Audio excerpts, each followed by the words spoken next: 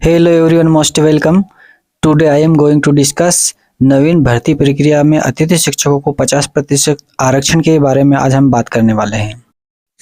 जी हाँ दोस्तों, आपके लिए एक बहुत बड़ी खुशखबरी निकल कर आ रही है। प्राथमिक शिक्षक, माध्यमिक शिक्षक और उच्च माध्यमिक शिक्षक भर्ती प्रक्रिया 2024 में अब अतिथि शिक्षकों को 50% आरक्षण मिलेगा।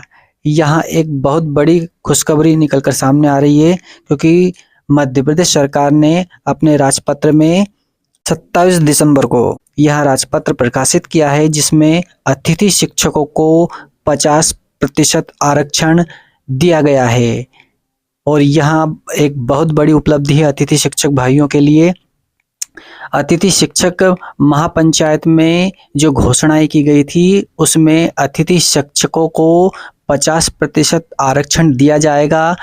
उन तमाम बिंदुओं में से यहाँ एक बिंदु दिया गया था और यहाँ आज पूरा होता हुआ नजर आ रहा है। महापंचायत में घोषणा की गई थी कि अतिथि शिक्षकों को दोगुना वेतनमान दिया जाएगा, और यहाँ जो उपलब्धि है उसी समय प्राप्त हो चुकी थी, लेकिन अभी भी अतिथि शिक्षक कई बिंदुओं पर संघर्ष कर रहा है। उन्हीं बिंदुओं में आज एक नया बिंदु उभर कर आ रहा है कि अब अतिथि शिक्षकों को सीधी भर्ती प्रक्रिया में 50% आरक्षण दिया जाएगा। जी हाँ दोस्तों, ये मैं कोई झूठ नहीं बोल रहा हूँ। 27 दिसंबर को मध्य प्रदेश सरकार ने अपना गजट पेश किया है, जिसमें यहाँ स्पष्ट रूप से उल्लेख किया गया है। तो देखिए, यहाँ पर एक बिंदु दिया गया है राजपत्र में, जिसमें लिखा हुआ है, सीधी भर्ती के लिए शिक्षकों के रिक्त पदों के प्रत्येक प्रवर्ग के लिए कुल उपलब्ध रिक्तियों की 50% रिक्तियां ऐसे अतिथि शिक्षकों के लिए आरक्षित होगी जिन्होंने न्यूनतम 3 शैक्षणिक सत्रों और न्यूनतम 200 दिवस के लिए मध्य प्रदेश अतिथि शिक्षक के रूप में कार्य किया है। जी हाँ, मैं आपको बता देना चाहता हूँ कि जो प्राथमिक शिक्षक है, उच्च माध्यमिक शिक्षक और जो माध्यमिक शिक्षक भर्ती प्रक्रिया आयोजित की गई है, उसमें अब अतिथि शिक्षक भाइयों को 50% आरक्षण दिया जाएगा। मतलब जो भी रिक्त पद रहेंगे, उस रिक्त पद में से 50% पद अब अतिथि शिक्षकों के लिए आरक्षित रहेंगे। तो यहाँ एक बहुत बड़ी उपलब्धि है हम अतिथि शिक्षक भाइयों के लिए। आगे देखते हैं इस राजपत्र में और आगे क्या कुछ दिया हुआ है। आगे इसमें कहा है कि शासन द्वारा संचालित शासकीय विद्यालयों में अतिथि शिक्षक के रूप में कार्य किया हो। मतलब शासन द्वारा संचालित किसी भी शासकीय विद्यालय में अतिथि शिक्षक के रूप में अगर मान लो उसने 200 दिवस के रूप में अगर कार्य किया है, तो वहाँ इसका पात्र होगा। परंतु अतिथि शिक्षकों के लिए आरक्षित पदों की पूर्ति नहीं हो पाने की स्थिति में रिक्त पदों को अन्य पात्र अभ्यर्थियों द्वारा भरा जाएगा।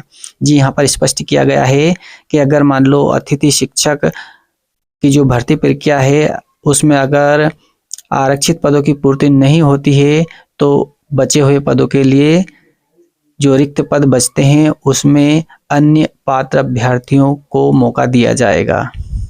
लेकिन ऐसा बिल्कुल नहीं होने वाला है, क्योंकि यहाँ पर 70,000 से 1 लाख अतिथि शिक्षक हैं जो इस कंपटीशन में भाग लेने वाले हैं। यहाँ पर स्पष्टीकरण के रूप में कहा गया है कि न्यूनतम 3 शैक्षणिक सत्र केवल तभी पूर्ण माने जाएंगे जब प्रत्येक सत्र में न्यूनतम 30 दिवस अतिथि शिक्षक के रूप में कार्य किया गया हो।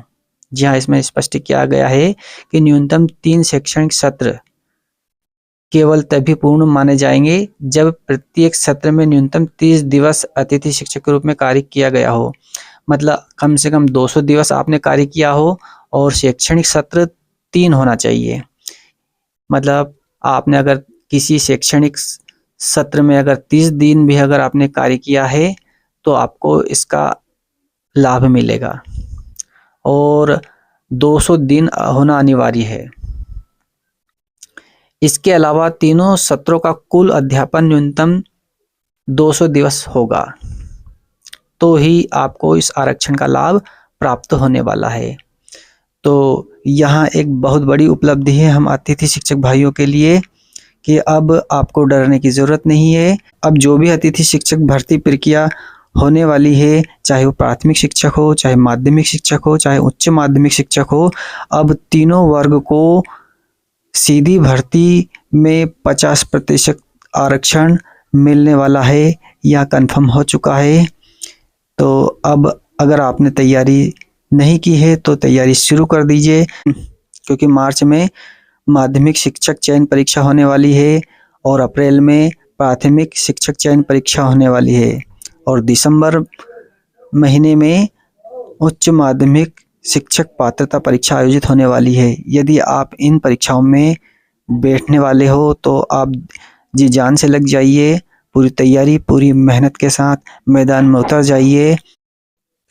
अब आपको पीछे हटने की ज़रूरत नहीं है, क्योंकि भाग्य आपका साथ देने वाला है।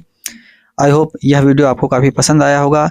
यदि अभी तक आप इस चैनल पर नए हो तो कृपया इस चैनल को सब्सक्राइब कीजिए, इस वीडियो को लाइक कीजिए और अपने फ्रेंड्स को शेयर कीजिए।